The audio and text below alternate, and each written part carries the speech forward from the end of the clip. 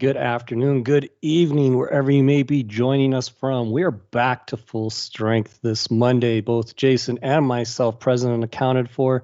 Snowstorms, ice age activity, none of that can stop the show. The show must go on, Jason.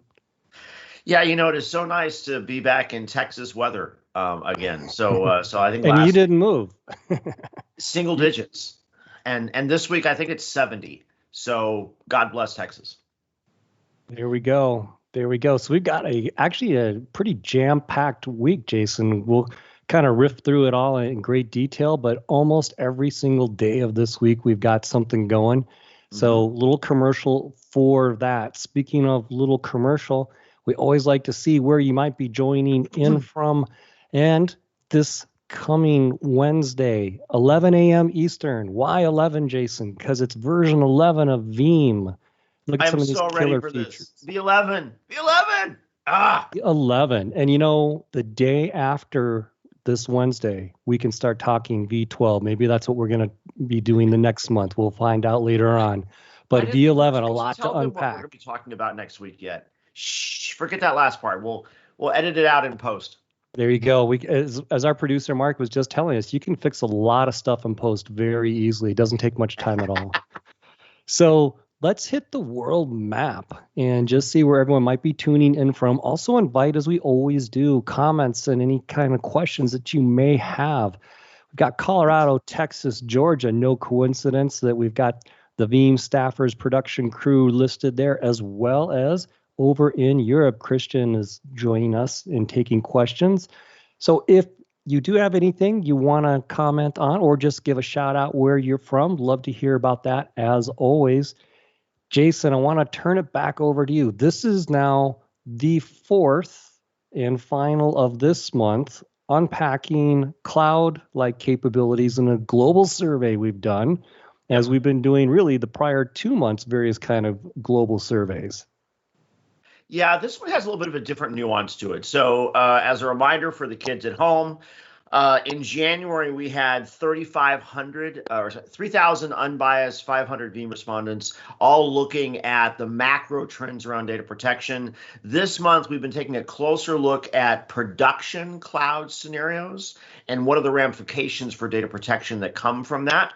And for the first couple of weeks, the first 2 weeks, we looked at IaaS in production, which is really you're running basically the same kind of IT that you run on-prem, but you're running on somebody else's hyperscale metal. And that's great.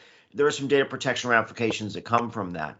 Last week, we looked at using the elastic infrastructure of IaaS as a disaster recovery platform. But this week, we're going to go the rest of the way and really talk about cloud in its native form and looking at SaaS or software as a service-based applications, because there's a lot of nuances where folks seem to think that just because a SaaS application is natively durable, that it no longer requires the same level of zealousness for protection. And that can get you into a lot of trouble. So as the example, my favorite SaaS application, obviously Office 365. I don't care whether my email comes from Redmond, Washington, Phoenix, Arizona, Dublin, Ireland. I don't care. Technically, I can't tell, right? And so it's natively durable. But if I delete something, if it gets corrupted, if it gets ransomed, all of those scenarios, those will also propagate in real time to Redmond, to Phoenix, to Dublin. So there's still a requirement for protection, and a lot of folks struggle with that. So that's the topic for this week is SaaS-based backup. Who, how, why? Or actually, I guess let's start with the why. Yeah, I like your point there about replication and backup. That when especially array-based replication was really in vogue quite some time ago. Yep. It's very common to have a joke that pick your number, but like 3 bad copies of replicated data does not equal 1 good copy. In fact, if you really want to go for extra credit, 4 bad copies of data still does not equal 1 good copy. So you've got physical issues, of durability, like you mentioned. The server's still there. Yeah. Or failed over to another compute instance. However, you're still the custodian of the data. It's still your responsibility. Logical errors like drop this table, overwrite that, those things still happen, as we learn from our outages survey work that we did, I think it was last month, a lot of things still go wrong in the data center, even if it's not your data center. Isn't that right, Jason? That's exactly right. And one of the things I was actually really happy about in this last research set, one of the things that is always fun when you're a research-minded person is you kind of think you know how the answers are going to come back before you write the questions, but you write the questions in a way that's really meant to be, help me understand, do I actually have this right? And I was wrong on this one, actually. So we talked to a lot of SaaS administrators who seem a little confused on, do I still need to have the same level of backups? Because really what I focus on is just operational recovery. And you can roll the clock back a dozen years and talk to some Oracle DBAs, and they'll tell you most Oracle DBAs, they retain data for 30 to 60 days. Because for your example, if they import a bad table, they're going to figure it out in less than a month, right? They can roll that back. So for them, they really tend to only focus on operational recovery, and that breaks a lot of regulations. If we can bring up the first chart, though, I thought we were going to see the same thing from Office 365 admins. I thought they were going to say, we got this thing covered. It's natively durable. I don't still need to back up. And that's actually not what the data shows. Mm-hmm. So in this case, the dark green are Office 365 admins. The brighter green are those folks who identify as backup administrators, regardless of the workloads being protected. And I was happy to see that actually SaaS admins get it. That the data does get deleted, that cyber does happen, and the backup should be part of the equation. I'm 100% with you. I was pleasantly surprised, but surprised nonetheless. This didn't pan out like I thought it would. I thought we might still be kind of early on in the somewhat evangelical, does this need protection or not? And it was really a pleasant surprise to see, roughly approaching 200 SaaS admins and 200 backup admins, that they were reasonably aligned. And even where you had the greatest variance at the very bottom, with the notion of as part of the migration process, I could even take that, because I can understand why the backup admins used to thinking, backup as part of a migration, meaning as a fallback. So this kind of alignment in seeing that the data center people are evaluating new workloads or relatively new workloads in the same manner, I thought was very positive. Yeah, and I have to imagine that part of it is, if you look at whenever an IT production platform matures, when the production platform first starts off, whether it's Office 365, whether it's hyperscale IaaS, virtualization a dozen years ago, right?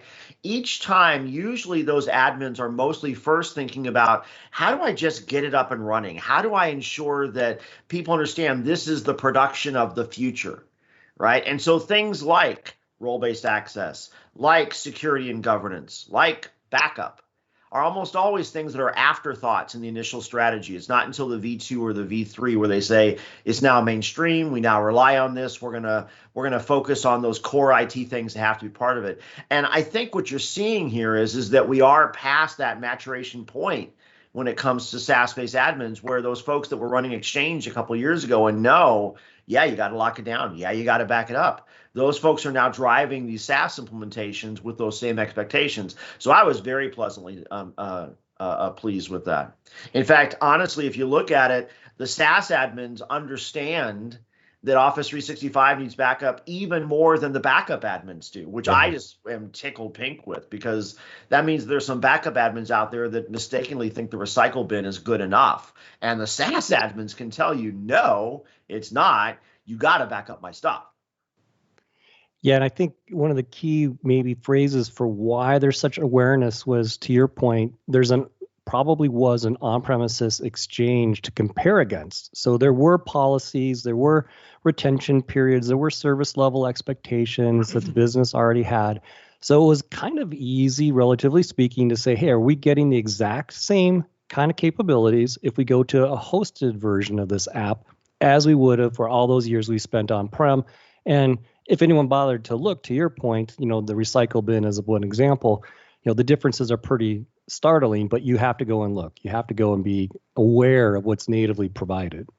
Yeah, and I just want to give props to the Office 365 admins for understanding this. One of our colleagues in the strategy team, Corinne Bassett, easily one of the brightest, most gifted folks I know around Office 365 administration, and she'll tell you that if a truly expert mode, a PhD in Office 365, they can stretch the recycle bin, they can create replication, they can create all these policies. And if you do that, you mitigate some of the types of dire scenarios that backup really meets. Problem is there ain't that many PhDs in Office 365.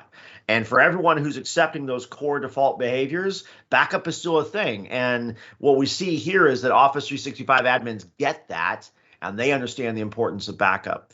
So let's, well, before we go to the next one, should we take a look at the map and see where folks are chiming in from? Yeah, let's see what we've got. I think we should have probably 8 or more countries. Canada, which we always love when that lights up. World is turning green, baby. World is turning green. We've got South America with Brazil and Colombia, North America with a good portion of Canada. Several states have come in. I see definitely California there. In addition, where else do we have? Pennsylvania. And then if we look into Europe, I know we have Ireland, France, Italy, Norway. Yep, thank you on that. Yeah, and then I think we've got India as well, if I'm not mistaken. Yep, very good. Awesome. Well, thank you for that. Any questions, feel free to chime in with that as well. So maybe, Jason, let's, unpack maybe our next slide, which starts to now look at who's doing this, meaning within your organization, who's involved with determining your data protection strategy and requirement for SaaS-based applications. Here, a little bit of variance, but still lining up a lot more kind of uniform than I think I was originally anticipating.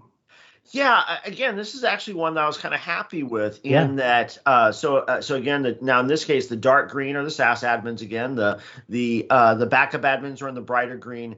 But I think one thing that's interesting, by the way, if you go and look at the first week of our podcast series on this, the first week of February, you'd see something similar in the shape in that the folks that are determining data protection strategy, the number one most common is central IT.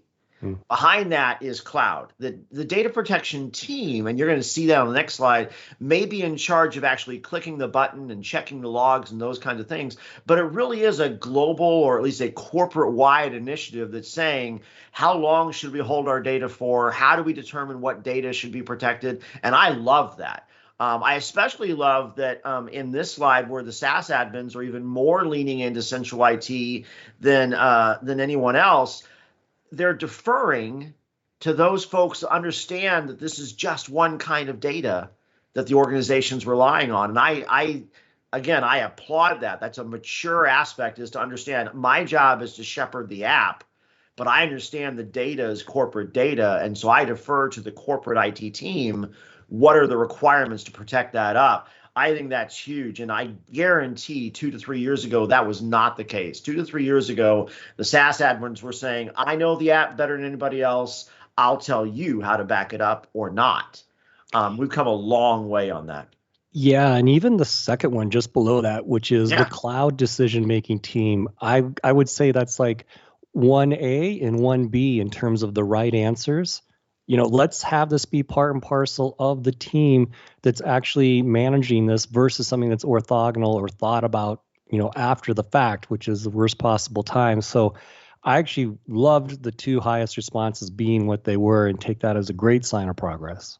Even props on number 3. Even the SaaS admins think the data protection people are the ones who are supposed to be driving the data protection strategy, even more than the app owners themselves. Right? It's like, look, you are better at this than I am. Please do what you do. All right. So you got to give props to them. So they understand it's corporate data. They understand it's one kind of cloud. They understand they're subject matter experts in data protection, and it ain't them. Right. So I give huge props that. And then, by the way, by the time you get to app owners, both sides agree that the app owner is part of the conversation about a third of the time. But for the most part, it's corporate data. Delegate to corporate specialists. Yes, this absolutely is the right answer. And frankly, I did not give the SaaS admins enough credit. So I apologize officially for that. And good job. Glad to be wrong. Yeah, very glad to, have things be further advanced. And, we'd probably be remiss without mentioning, that most likely the impact of COVID and the pandemic accelerated people's exploration of usage of if they were already exploring full on adoption. Either we kind of talked in the past, either some organizations tried to ignore things for a period of time, said, let's just hope this gets better sooner. And in reality, it did not, obviously. And some organizations said, no, we're going to get bolder faster. We're actually going to lean into our digital transformation initiatives, go further on some of our cloud activities. And we've commented a few times that was quote unquote easy to do when you can't literally get into the data center. Sure.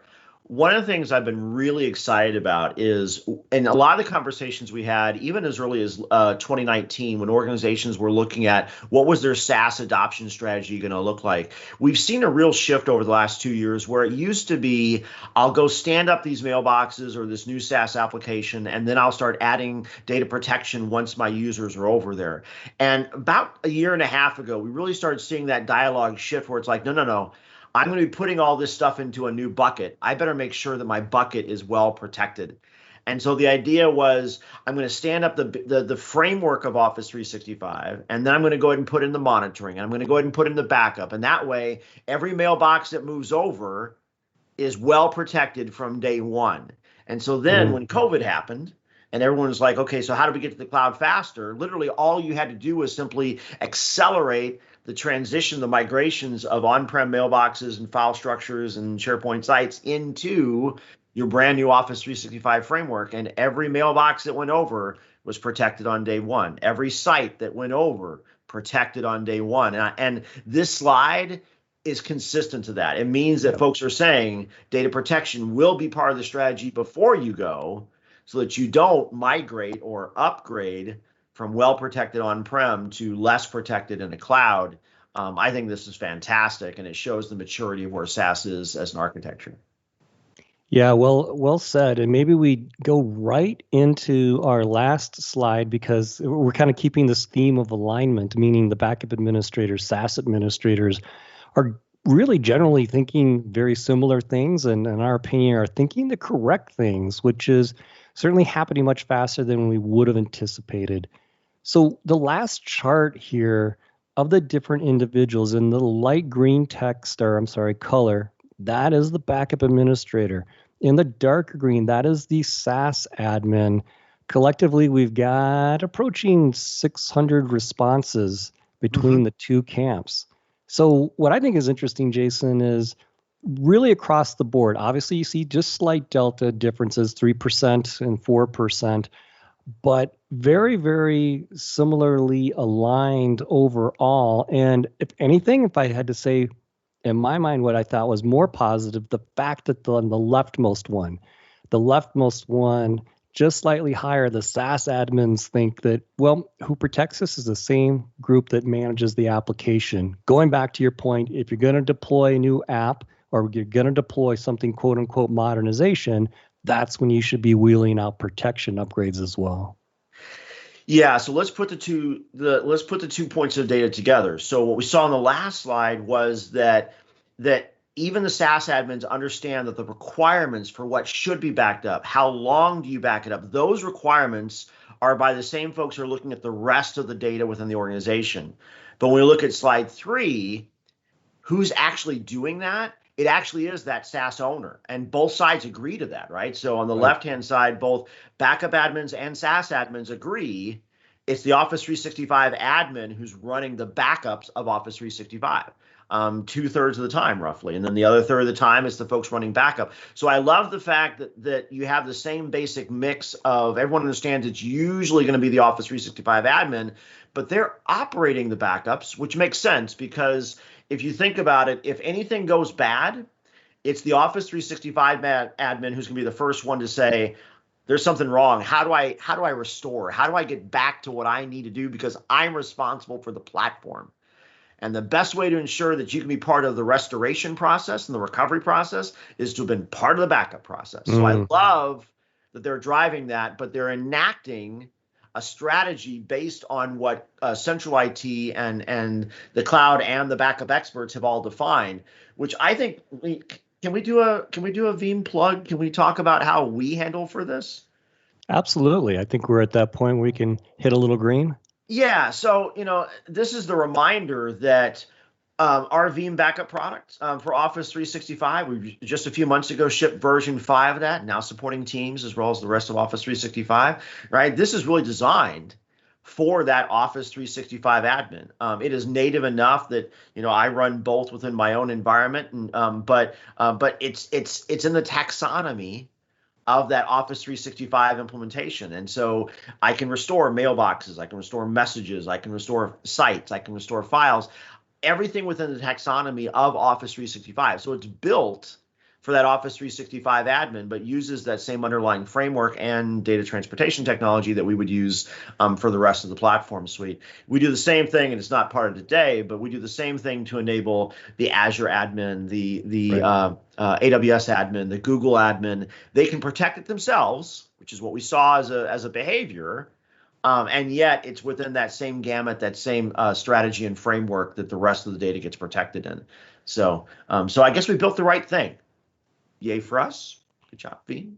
Yeah. I mean, I think that's part of the native experience, right? When we say it's a native cloud solution, part of that nativity is it looks like the resource that you're trying to protect, right? And if you're an administrator used to working on that, your notion of what to go click on and right click and what you expect to see, that sort of expectation is going to be honored, and it allows you to be productive that much more quickly.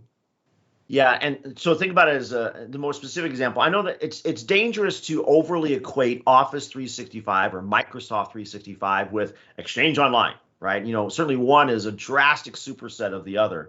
But as the poster child of Office 365, it's amazing to me that I can back up on-premise Exchange servers, physical and virtual, and yet Veeam provides this Exchange-specific tool, the Exchange Explorer, and I can restore mailboxes and folders and items.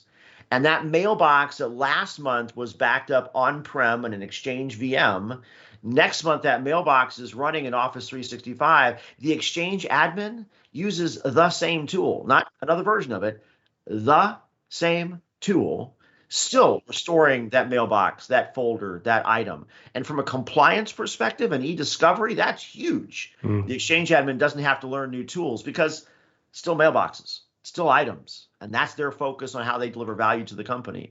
So, but the rest of the mechanism changes, and we provide consistency behind all the scenes. Yeah, I love that. Good commercial plug, not just for any one specific solution that we've got, but really a design philosophy across the board. Look like the workload that you're protecting.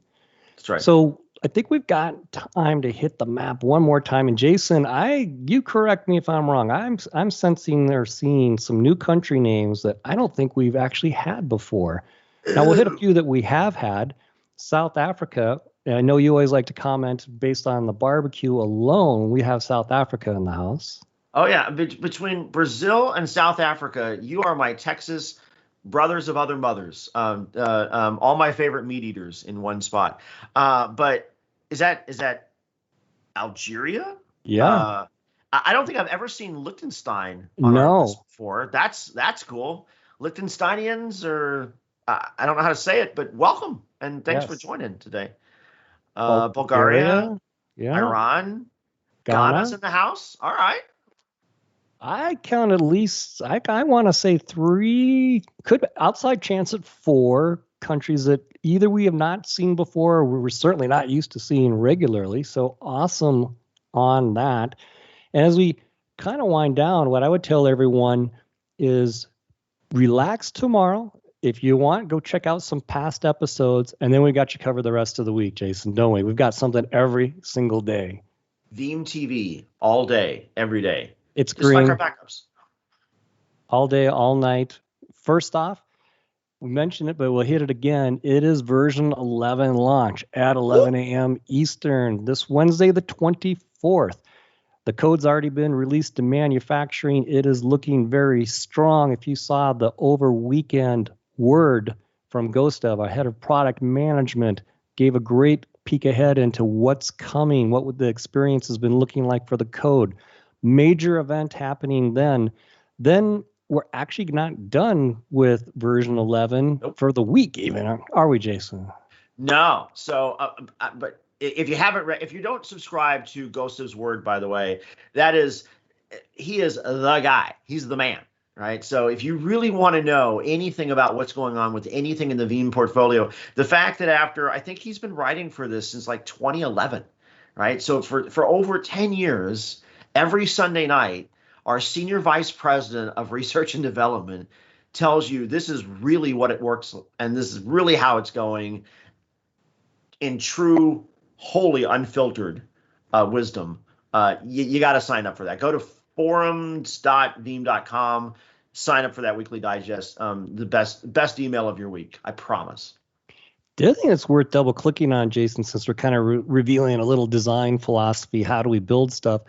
Our entire product management, product strategy, and I'll probably go so far as to say vast majority of R&D actually looks and monitors at all of those forums. It doesn't matter if you spent multiple millions of dollars with Veeam or you've actually not transactioned and you've just downloaded the community edition and you have a comment, a feature request, an improvement, a good idea. It's very democratic in that notion in that every voice does get heard in those forums. Yeah, usually they just add new features like every other week based on what they like in the forums. Kidding. That's not how that works. But they do. Every one of the R&D leads, they watch, they listen, they respond. One of the things that's truly unique about Veeam in this entire industry is there is no wall. It is a straight line into R&D. If you have feedback, we'd love to hear it. Perfect. And just putting a finer point on it, Wednesday, 11 a.m. Eastern is the version 11 launch. Thursday, it's version 11 favorites with really a trifecta of our product strategy cohorts. Anthony Spiteri from Australia, David Hill, a transplanted Londoner, or I'll say Englander living in Texas. Michael Cade, a transplanted ex-Londoner living in outside of London. So he's still there. So, and then, by the way, when David and Michael get going, similar accents, and then thus the similarity ends. So they're always very entertaining. And so then fun. Friday, so you have a Brit, a former Brit, and someone who came from a British colony, all talking about the 11. Ought to be a good time. 3 time zones, 3 people dissecting some of their favorite things in version 11 that may not have been picked up the prior day on the launch event. Then we're doing, Jason, easily on some Friday, of the smartest humans you will ever meet in backup. They from are architecture, from a the cloud, smart from a storage kids. perspective. Easily some of the smartest humans I've ever met. They are. They're the demo gods. They're the smart kids, and they always have great nuggets of little interesting bits of information, like what's cool that you may have missed. And then we'll end the week with what we're calling a version 11 after party with Rick Vanover and Melissa Palmer. That's going to be at noon Eastern. It's really there to take your questions, things that you may have seen throughout the week or you're just curious on, you want to double click on. And then, Jason, we're back around Monday after that. That brings it back to you and me. It's a new month, so you and I are not allowed to talk about what we're saying yet. We're not allowed to talk about version 12 yet. No, absolutely not. So new month coming up on March 1st. We got you covered on Wednesday, Thursday, Friday, and then back again Monday. Thank you, everyone, for tuning in. Check out the version 11 launch event. Until then, stay safe, stay positive, and we'll see you on the next live stream.